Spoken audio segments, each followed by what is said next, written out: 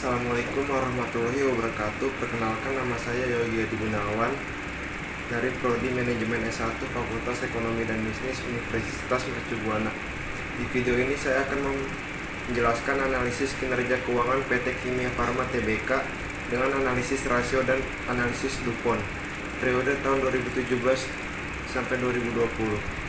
Dosen pengampu Dian Trimanita Oktasari, SEMM. Rasio keuangan. Rasio keuangan adalah salah satu metode analisa keuangan yang digunakan sebagai indikator penilaian perkembangan perusahaan dengan mengambil data dari laporan keuangan selama periode akuntansi, sehingga dapat diketahui kinerja maksimum keuangan perusahaan. Fungsi rasio keuangan. Fungsi rasio keuangan memiliki beberapa fungsi, diantaranya yaitu mengetahui optimalisasi keuangan. Optimalisasi keuangan yaitu suatu analisa rasio keuangan untuk melihat penggunaan keuangan yang lebih optimal, penggunaan keuangan yang jelas. Tolak ukur manajemen operasional.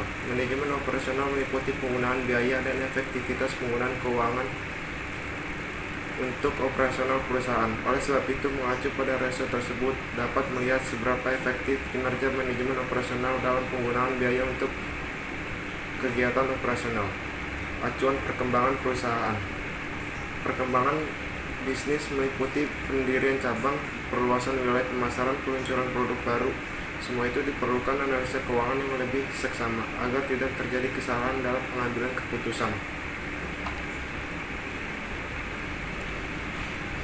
Rasio keuangan. Rasio keuangan memiliki 4 komponen, yaitu rasio likuiditas.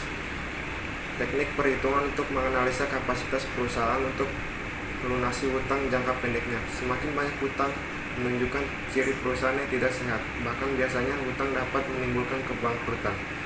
Rasio aktivitas. Analisa activity untuk menganalisa kemampuan perusahaan dalam mengoptimalkan aktiva yang dimilikinya guna menghasilkan laba. Dengan demikian dapat mengetahui efektivitas aktiva yang digunakan. Rasio solvabilitas. Metode untuk menganalisa kemampuan perusahaan untuk melunasi hutang jangka panjang dan jangka pendek. Kemampuan tersebut sangat penting sebagai bahan pertimbangan para investor untuk menanamkan modalnya. Rasio profitabilitas. Suatu metode untuk menganalisa perusahaan seberapa besar kapasitas perusahaan tersebut menghasilkan laba dari aktivitas bisnisnya.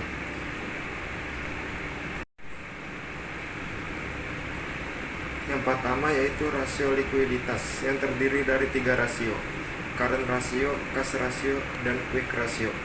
Ketiga rasio tersebut sama fungsinya, yaitu untuk melihat sejauh mana atau sebesar apa perusahaan tersebut dapat melunasi hutang jangka pendeknya.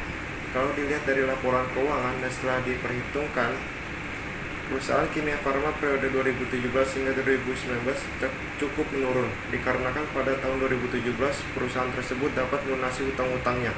Namun semakin tahun perkembangan untuk melunasi kewajibannya bisa dikatakan sedikit gagal karena jumlah aset yang dimiliki lebih kecil dari jumlah hutang. Rasio solvabilitas adalah rasio untuk melihat sejauh mana perusahaan tersebut dapat melunasi hutang-hutangnya, baik jangka panjang maupun jangka pendek. Dalam definisi ini, rasio solvabilitas terdiri dari 3, yaitu DAR, DER, TIE. Dalam perhitungan keuangan PT Kimia Farma dan setelah dianalisis pada rasio solvabilitas tersebut bisa dikatakan kurang sehat karena perusahaan Kimia Farma tersebut memiliki hutang lebih besar dari modal yang dimiliki. Kita lanjut ke rasio aktivitas. Rasio aktivitas adalah rasio untuk sejauh mana atau sebesar apa perusahaan tersebut dapat mengubah persediaan barang dagangannya menjadi tunai atau cash. Dapat disimpulkan bahwa PT Kimia Farma dikatakan baik karena perputaran persediaan yang akan dijadikan tunai memiliki angka yang lumayan tinggi, sehingga dapat dikatakan bahwa perusahaan tersebut aman dari hutang-hutang yang terjadi. Rasio profitabilitas, yang berfungsi untuk menghitung sejauh mana perusahaan tersebut mendapatkan keuntungan dari tahun berjalannya.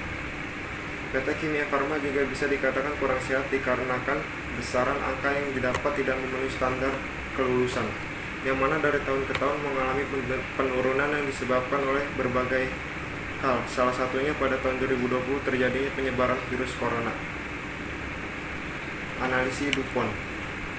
DuPont analisis adalah rasio keuangan yang digunakan untuk menganalisis kemampuan perusahaan untuk meningkatkan pengembalian atau ekuitas atau return on equity (ROE). Sejatinya, DuPont analisis merupakan alat analisis yang digunakan untuk menganalisis laba dari perusahaan atau bisnis. Manfaat analisis DuPont. Yang pertama yaitu sebagai bahan evaluasi internal perusahaan. Kedua, sebagai informasi dari pihak eksternal untuk mengetahui efisiensi perusahaan. Yang ketiga, membuat pengukuran beban utang perusahaan. Perhitungan DuPont. Salah satu manfaat analisis DuPont adalah untuk mengevaluasi para investor membandingkan efisiensi operasional laporan keuangan yang berkontribusi terhadap equity perusahaan tersebut. Dalam perhitungan di atas, dari tahun 2017 sampai 2020, DuPont pada PT Kimia Farma memiliki perhitungan semakin menurun yang signifikan, dikarenakan rata-rata modal yang dimiliki lebih kecil daripada rata-rata aset, di mana rata-rata aset yang tersedia atau tertera tidak semuanya dikatakan cash, contohnya seperti persediaan.